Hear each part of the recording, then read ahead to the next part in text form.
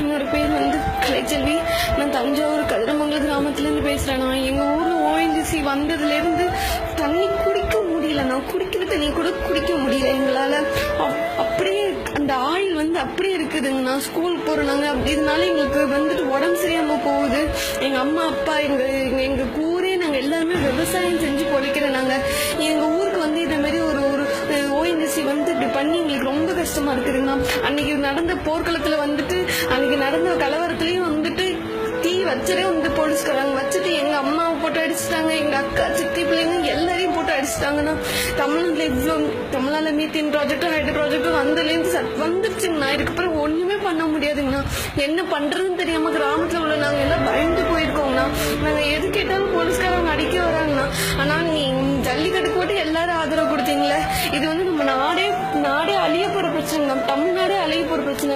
உங்களுக்கு அடுத்து நம்ம சங்கதிங்க யாருக்குமே குடிக்கிறதுக்கு தண்ணி இருக்காதுங்கண்ணா. ஆயிலே குடிக்க போறோம், எண்ணெயும் நான் குடிக்க போறோம். எண்ணெயை வச்சு என்னங்கண்ணா பண்ண முடியும்? தண்ணி இல்லாம எப்படி நான் வாழ்றது? தயவு செய்துண்ணா ஆனா யங்ஸ்டர்ஸ் எல்லாரும் எங்க ஊரை காப்பாத்துங்கண்ணா, தமிழ்நாடை காப்பாத்துங்கண்ணா, ப்ளீஸ்ங்கண்ணா. கெஞ்சு கேட்கிறவங்க ப்ளீஸ்ண்ணா வாங்கண்ணா, எங்க ஊரை காப்பாத்துங்கண்ணா.